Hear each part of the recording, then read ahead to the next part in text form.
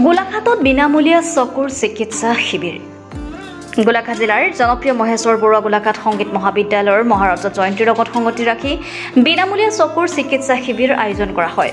মহাবিদ্যালয়খনৰ পৰিচালনা সমিতিৰ সম্পাদক জয়ন্তজিৎ বৰুৱাই আধৰা অনুষ্ঠানত চকুৰ চিকিৎসা সেৱা শিবিৰ মুকলি কৰে পৰপতি দুলুমণি বৰবৰাই।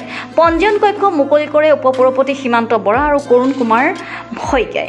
অনুষ্ঠানত উপস্থিত থাকে লায়ন্স ক্লাবৰ সম্পাদক ভোগেশ্বৰী চাংমাই, সদস্য অৰুন্ধতী শইকীয়া, চকুৰ বিশেষজ্ঞ হিচাপে উপস্থিত থাকে ডাক্তৰ সৌৰভ চৌধুৰী আৰু সহায়িকা হিচাপে উপস্থিত থাকে পুবালী ঠেঙাল। অনুষ্ঠানত মহাবিদ্যালয়খনৰ শিক্ষক শিক্ষয়িত্ৰী ক্ৰমে সংগীতা শইকীয়া, মৃণালিনী দে, নয়নমণি শৰ্মা, মুন্মী গগৈ, বিমুন বৰা উপস্থিত থাকে পৰিচালনা সমিতিৰ সদস্য ৰাতুল শৰ্মা, মানৱ শৰ্মা। মহাৰজা জয়ন্তীৰ সমিতিৰ অজয় ভৰালী, অবিনাশ শইকীয়া, হীৰেণ বৰা, ছাত্ৰ ছাত্ৰী অভিভাৱকসকল উপস্থিত থাকে। গোলাঘাট নগৰৰ বিভিন্ন প্ৰান্তৰ প্ৰায় 150 জনৰো অধিক ৰোগী আহি এই বিনামূলীয়া শিবিৰত চকুৰ পৰীক্ষা কৰে।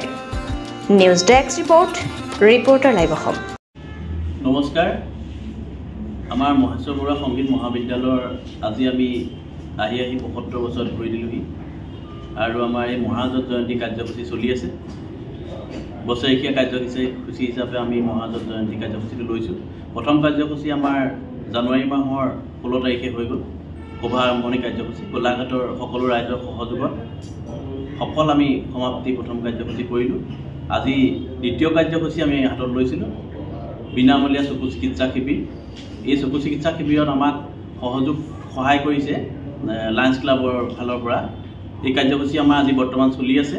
এই কাৰ্যসূচী প্ৰথম কাৰ্যসূচী আছিলে আমাৰ শিবিৰ উদ্বোধন কৰিলে আমাৰ গোলাঘাটৰ পৌৰপতি দুলুমণি বৰবৰা বাইদেৱে, লগতে তেখেত আমাৰ এই স্কুলৰ পৰিচালনা সমিতিৰ সভানেত্ৰী। তাৰ পাছতেই আমাৰ বন্তি প্ৰজ্বলন কাৰ্যসূচী আছিলে। এই বন্তি প্ৰজ্বলন কাৰ্যসূচী আমাৰ নাম পঞ্জীয়ন কৰাৰ কাৰণে কৰা হৈছিলে। এই বন্তি প্ৰজ্বলন কাৰ্যসূচী কৰিলে সমাজসেৱক বিশিষ্ট কৰুণ কুমাৰ শইকীয়া, তেখেত আমাৰ মাজত উপস্থিত আছে। তেখেত আমাৰ এই মহাৰজা জয়ন্তী সভাপতি আৰু লগতে বন্তি প্ৰজ্বলন কৰিছিলে সীমান্ত বৰাদেৱে, তেখেত গোলাঘাটৰ উপপৌৰপতি, লগতে আমাৰ মহাৰজা জয়ন্তীৰ সম্পাদক।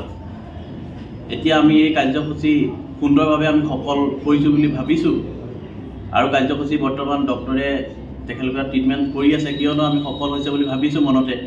আমি বহুকেইগৰাকী বয়োজ্যেষ্ঠ লোকক চিকিৎসা কৰিব বাবে সুবিধা কৰি দিব পাৰিছোঁ। আপোনাৰ এই সুযোগতে আমি বৃদ্ধাশ্ৰমৰ কেইবাগৰাকী বেঙেনাখোৱা যিখন বৃদ্ধাশ্ৰম আছে তেখেতলোকৰ পৰা বহুত সকল আমি আইতা ককাহঁতক আমি শুশ্ৰূষা কৰিব পাৰিছোঁ। লগতে আৰু বহুতো আমাৰ বৃদ্ধ মানুহ আছে আৰু এই লায়ন্স ক্লাবৰ ফালৰ পৰা যি আমাৰ চকুত ছানি পৰা ৰোগ তেনেকুৱা ধৰা পৰে, তেতিয়া সেই সকল ৰোগীক যোৰহাটত যিখন আমাৰ লায়ন্স ক্লাবৰ চিকিৎসালয় আছে তাত অপাৰেশ্যনৰ সুবিধা আছে আৰু সেইদৰে আমাৰ ডক্টৰে জনোৱা মতে এতিয়া তেনেকুৱা বহুত ৰোগী আমি বৰ্তমান পাইছোঁ আমাৰ মাজত আৰু সেইবাবে আমি সফল হৈছে বুলি আমি ভাবিছোঁ। ধন্যবাদ। Reporter live.